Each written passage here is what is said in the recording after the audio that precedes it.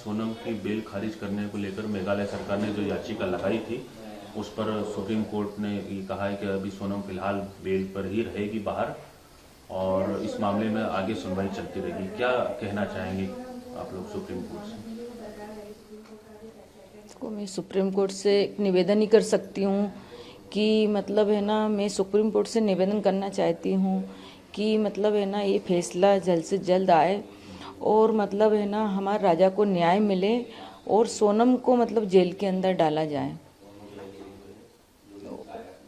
और मैं है ना, मतलब जैसे मोहन यादव जी का भी निवेदन, उनसे भी निवेदन करना चाहती हूँ कि इस फैसले पे गौर की जाए और हमको मतलब सीबीआई जांच मिली जाए, क्योंकि ये फैसला इतने मतलब क्यों धीरे चल रहा है, क्यों स्लो चल रहा है। मतलब हमारा एक ही निवेदन है मतलब, और मेरा है ना मोदी सरकार से भी निवेदन है कि हमारी पुकार सुने मतलब, और हमको न्याय मिले, क्योंकि हमको न्याय अभी तक मिला नहीं। तो मतलब इसमें इतनी ढील पोल क्यों चल रही है, और ढील पोल चल रही है तो हमको वापस से जांच चाहते हम, और हमारी सीबीआई जांच की मांग है तो हमारी सीबीआई जांच की मांग पूरी रखें।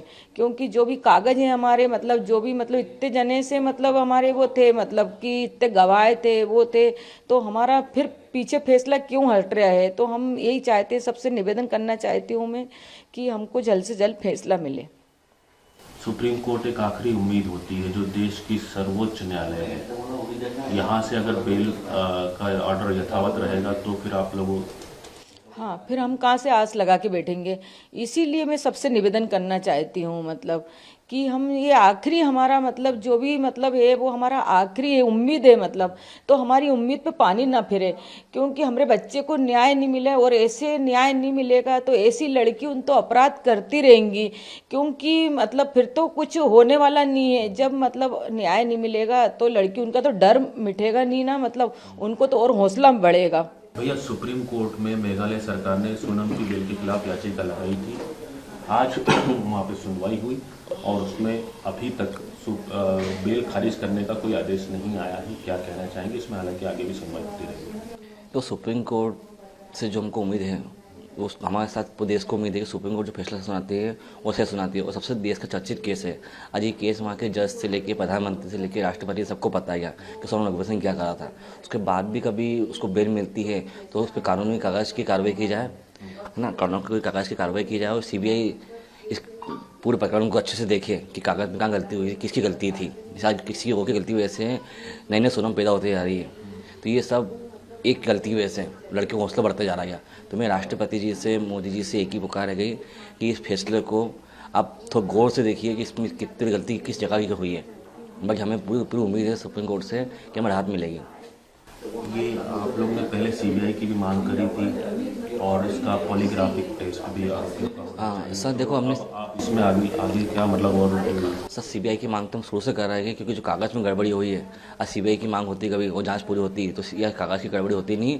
वो एक कोर्ट जो फैसला सुप्रीम कोर्ट तक पहुंचा है वो हाई कोर्ट से फैसला आ जाता है। लगता है कि पुलिस की जांच में कहीं कोई कमी रह गई, धाराओं में गड़बड़ी हो गई, हेराफेरी हो गई, गलत मिस टाइपिंग हो गई, जो भी त्रुटि हुई हो? ये सब पुलिस की जो मिस टाइपिंग हुई है, आज उसी की वजह से केस इतना उलझ गया है। आज वो उस टाइम ढंग से पढ़ते, वहाँ के डीएसपी साहब, डीआईजी साहब इस चीज़ को बारीकी से जांच करते, क्योंकि आज शिलोंग जो बदनाम हुआ था इन उस चीज़ को भी हल्के में लेके कागज़ की कार्रवाई ढंग से करी नहीं थी।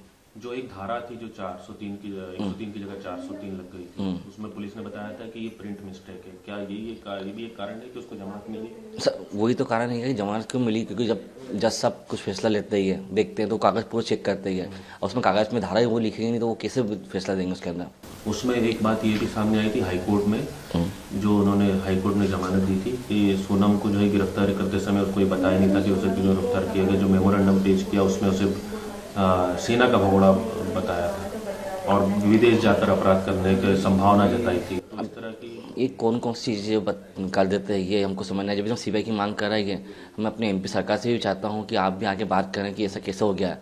आज उनकी आज सोनम की वजह से हमारे एल पावन नगर बदनाम हुई है, तो ये कैसे हो सकता है क्या?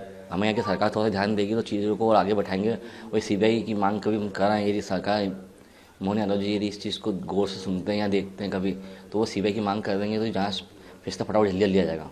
ये आप मानते हैं कि जो भी हुआ है इसको जमानत पे जो बाहर आई है वो पुलिस की लापरवाही है, इन्वेस्टिगेशन सही ढंग से नहीं किया गया? सर वो तो अब पूरा देश को पता है क्या कि पुलिस की गलती की वजह से ये हुआ है। तभी खुद शिलोंग की पुलिस खुद पहुंची है सुप्रीम कोर्ट कि उनको भी लगा हमसे गलती तो हो गई है। आज उनकी वजह से आज पूरा शिलोंग बदनाम हुआ है, आप आज लोग डिपार्टमेंट बदनाम हुआ है। आप लोग को जो सरकारी वकील मेघालय का मिला था उसकी भी कोई कमी पेशी नजर आती है आपको? सर उस वकील बदलना चाहेंगे? सर वकील तो बदल जाते हैं कि उसके पहले सुप्रीम कोर्ट से वकील होगा। जो वकील अभी हैं सुप्रीम कोर्ट के वो बहुत अच्छे वकील हैं, जो हमने सुना उनके बारे में। जो राम भगवान को जिता के लाए थे उसको अपने भाई को जिता के लाएंगे वो। आपका नाम? सचिन रघुवंशी, राजा का बड़ा भाई। सर, सुप्रीम कोर्ट में मेघालय सरकार ने जो सोनम की बेल के खिलाफ याचिका लगाई थी उस पर आज सुप्रीम कोर्ट ने बेल को यथावत रखा है, उसकी बेल कैंसिल नहीं हुई है, मतलब सोनम बाहर रहेगी।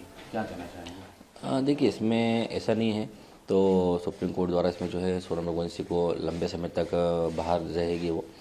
इसमें अभी है तो अभी जब भी अगली सुनवाई इसमें होगी इसमें उस टाइम पे जो है सोनम रघुवंशी की जमानत खारिज की जाएगी पूरी। और हमें सुप्रीम कोर्ट पर पूरा भरोसा है, न्यायपालिका पर हमें पूरा भरोसा है। तो सोनम रघुवंशी जैसी लड़की जो है ज़्यादा लंबे समय तक बेल पे नहीं रहे।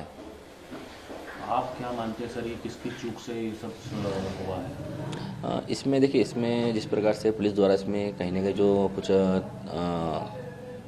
धाराएं लिखने में जो है कहीं मिस्टेक हुई होगी उनसे, तो उसकी मिस्टेक के कारण जो है आज सोनम रघुवंशी बाहर रह रही है।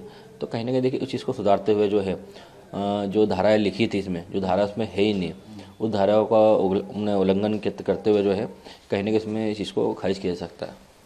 अच्छा, एक कोई पुलिस ने जो गिरफ्तारी की थी उसमें ये भी बताया था कि सोनम को गिरफ्तार करने का कारण नहीं लिखा था, या वो उसको भगोड़ा बताया था सेना से, या मतलब कोई जो ऐसी बातें लिखी थी जो इस केस से रिलेटेड ही नहीं। देखिए इससे ये चीज़ तो मैं बोल सकता इसलिए नहीं कन्फर्म करके ज़्यादा, क्योंकि मुझे किसी प्रकार से चालान डायरी अभी तक दी नहीं गई है। तो मैं इसमें कन्फर्म कर सकता हूँ तो उसमें ऐसा क्या लिखा गया था, ये बातें सुनी जरूर थी मैंने, मगर इसमें कन्फर्म नहीं कर सकता हूँ चीज़ों को मैं। आगे क्या स्टेप लेने जाएंगे आप और क्या मांग करते हैं सरकार से सुप्रीम कोर्ट? देखिए इसमें हम सरकार से हम एक ही मांग करते हैं इसके अंदर है, तो मेरे भाई राजा रघुवंशी को जो है न्याय दिलाइए। और मैं प्रधानमंत्री जी से भी कहना चाहता हूँ मैं, तो इस केस को जो है गंभीरता से देखते हुए जो है इसकी जांच जो है बारीकी से की जाए इसके अंदर, क्योंकि आज राजा को न्याय नहीं मिलेगा कभी तो आगे आने समय में जो है मर्डर होते रहेंगे, लड़कियां मर्डर करती जाएगी। आज सोनम रघुवंशी जो है 2 से ढाई महीने पहले जमानत पे बाहर आई थी, उसको देखते हुए जो है पूना में सिया ने मर्डर करा उसके मंगलतर का। तो ऐसे देखिए ऐसे तो मर्डर होते रहेंगे, तो मैं नहीं चाहूँगा इसके अंदर। तो आज मैंने अपना भाई खोया है, आज केतन के माता पिता ने केतन को खोया है, तो आगे और भी ऐसे आरोपी जो है वो अपने बच्तियों को मारते जाएँ।